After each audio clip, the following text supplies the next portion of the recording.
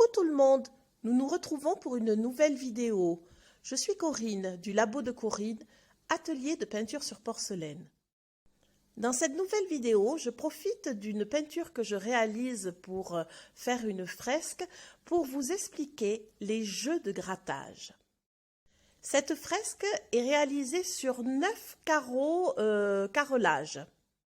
Le sujet est une tortue des mers. Alors, je passe tout le côté où je vais putoiser mes écailles de la tortue, ainsi que faire donc peindre la tête de la tortue, etc. Donc, ce qui m'importe aujourd'hui, c'est surtout de vous expliquer le jeu de grattage. Comme vous le voyez sur la vidéo, donc j'ai réalisé donc un fond sur ma tortue et j'ai fait aussi le fond. Donc là, ça a subi une première cuisson et donc c'est maintenant que va se jouer donc le travail de grattage. Pour commencer, je vais recouvrir chaque zone, comme vous le voyez, d'une couleur noire. Alors j'aurais pu prendre une autre couleur, mais ce qu'il est important en fait surtout, c'est de prendre une couleur plus foncée que celle que vous avez mis en dessous. Alors pour que l'effet soit, spectaculaire, enfin c'est peut-être pas le mot, mais voilà, très, très contrasté, il faut vraiment que vous preniez une couleur qui contraste avec celle d'en dessous. Plus il y aura de différence et plus l'effet sera saisissant. Prenez bien le temps de travailler entre chaque carreau afin qu'on ne voit pas la couleur. Quoi qu'il en soit, après cuisson, moi je fais toujours les bords de mes carreaux pour que ça se voit le moins possible.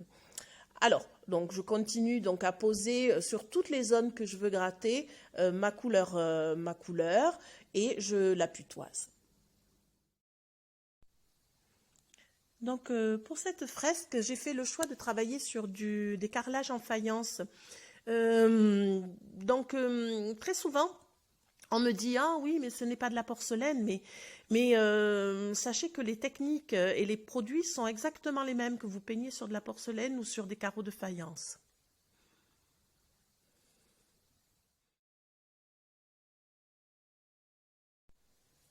Donc j'en profite un petit peu pour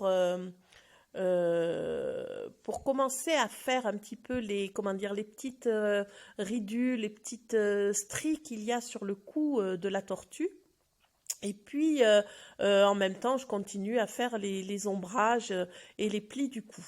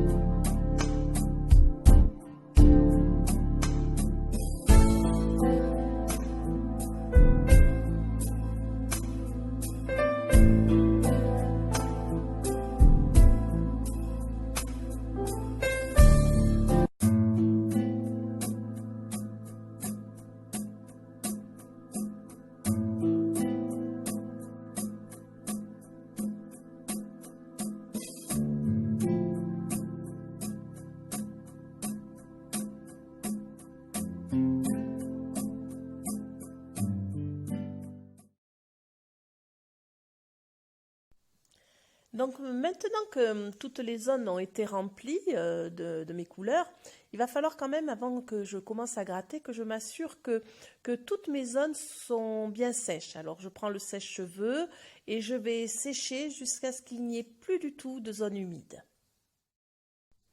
Le grattage ne peut commencer vraiment que quand la peinture est très sèche. Et pour vous assurer qu'elle est sèche, en fait, c'est quand la peinture devient mate. Hein. Donc voilà, donc je vais pouvoir commencer à gratter. Donc pour ça, je prends une petite pointe en bois. Alors, personnellement, j'utilise une petite pointe en bois qui est en bois de buis. Alors, je préfère le buis parce que c'est un bois qui est très dur et quand on fait ce genre de travaux et surtout sur la durée, parce que ça va être quand même un travail long, on est sûr que la pointe de ma pique ne va pas casser. Si bien sûr vous n'avez pas de pointe en buis, que vous pouvez quand même d'ailleurs trouver chez les marchands qui sont prédestinés à vous vendre des produits pour la porcelaine, vous pouvez les trouver là. Mais si vous n'en avez pas, vous pouvez quand même vous munir d'une petite pique en bois. Mais ça va être un petit peu plus fastidieux pour vous de faire les petites enlevées. Donc je vais gratter mes motifs petit à petit. Alors un petit peu de façon spontanée, un petit peu comme je le sens. Ce qui m'importe dans la tortue, en fait, c'est que la peau, enfin le grattage ressemble un petit peu à de la peau de reptile. Donc je vais commencer par gratter des zones plutôt larges et ensuite dans chacune de ces zones, je vais encore faire d'autres grattages. Alors c'est là où vous pouvez vous rendre compte que le contraste entre la couleur de dessous et la couleur de dessus est important, comme je vous le disais en début de vidéo. Plus le contraste est important et plus l'effet va être sympathique au final. Alors comme vous allez gratter, bien évidemment, vous allez enlever donc de la couleur. Cette couleur, ça va faire des petites particules, des petits pigments, des petites choses comme ça. Donc ça, vous allez prendre un pinceau souple ou une brosse souple et vous allez enlever tout l'excédent de votre plaque de porcelaine ou de votre carrelage afin qu'il ne reste pas du tout de poussière sur la porcelaine. Donc là aussi, c'est un petit travail de détail. Alors, bien évidemment, vous l'avez compris, si vous faites un petit trait avec lequel vous avez le sentiment d'avoir raté, eh bien, au contraire, au lieu d'essayer de modifier, servez-vous de ce trait qui apparemment est raté pour faire quelque chose d'autre. Là, vous ne pouvez pas vous rattraper. Hein. Quand la peinture est enlevée, la peinture est enlevée. Donc, c'est pour ça que ce côté très spontané est important. Il faut que vous soyez libre dans votre tête pour pouvoir faire ce genre de travaux. Donc, laissez-vous aller, laissez-vous guider. Et puis, le résultat, de toute façon, quoi qu'il en soit, sera certainement très beau. Donc j'ai décidé de faire ce travail un petit peu aléatoire sur les deux nageoires de devant et sur les pattes arrière. Donc bien évidemment, ce genre de technique, vous pouvez l'appliquer à n'importe quel modèle. Hein. Ça peut faire vraiment des effets de dentelle, plein d'idées peuvent vous venir en mettant justement une couleur que vous cuisez et ensuite une autre couleur que vous grattez et ainsi de suite. Hein. Ça fait vraiment des motifs, des réalisations très sympathiques.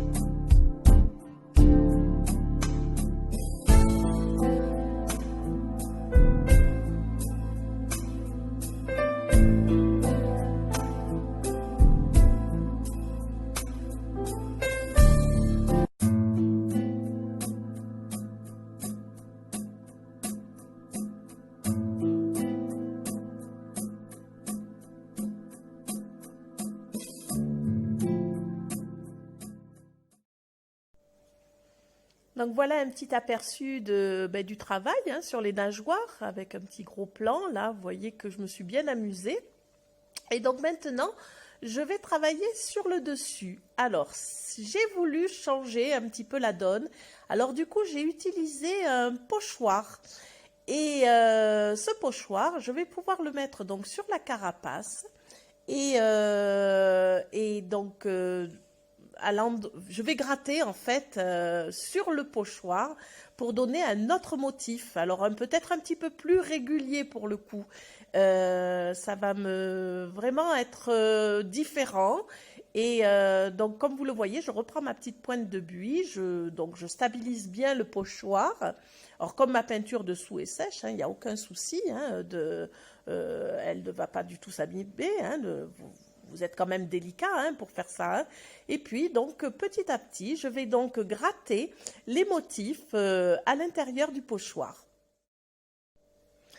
Donc, personnellement, moi, j'adore comment dire, un petit peu ces effets bohèmes, ces effets mandala. Donc, je trouvais que c'était intéressant que de mettre ces petits motifs sur la carapace.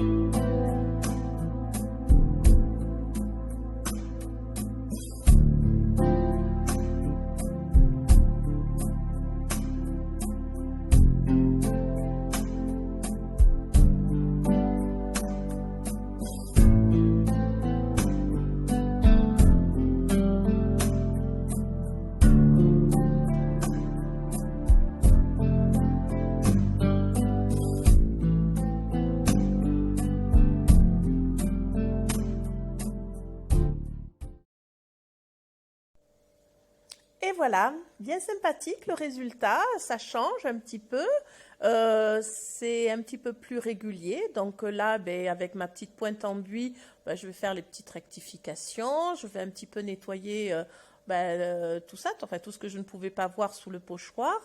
Et puis voilà, rajouter et gratter à nouveau. Et bien sûr, avec mon petit pinceau, bien enlever toutes les petites poussières qui pourraient rester. Donc, bien évidemment, ces techniques, vous pouvez les utiliser sur d'autres modèles, sur d'autres façons de faire. Ce qui m'importait, moi, c'était de vous expliquer ces jeux de grattage, aussi bien spontanés qu'avec les pochoirs. Donc cette tortue, c'est tout le début d'une peinture puisque je vous ai fait donc une première vidéo sur le grattage, mais va s'en suivre sûrement bientôt une deuxième vidéo, donc toujours avec la tortue, mais là je travaillerai plutôt le fond de cette fresque. Et nous aborderons là, à ce moment-là les techniques dites modernes en peinture sur porcelaine. Donc j'espère que cette vidéo et ces techniques vous auront plu et puis qu'elles vous seront très utiles dans vos futures créations. En tout cas, si vous n'avez pas, pour les débutants, encore téléchargé mon livre gratuit, n'hésitez pas à le télécharger si vous avez envie de commencer cette pratique, cette discipline artistique. Sinon, si vous aimez cette vidéo, n'hésitez pas non plus à me dire ce que vous en avez pensé dans vos commentaires. Je suis toujours très contente de vous lire. Et puis, sinon, on se revoit bientôt pour une nouvelle vidéo qui, j'espère, vous sera à nouveau très utile dans vos créations. Et bien, je vous dis à très bientôt. Au revoir.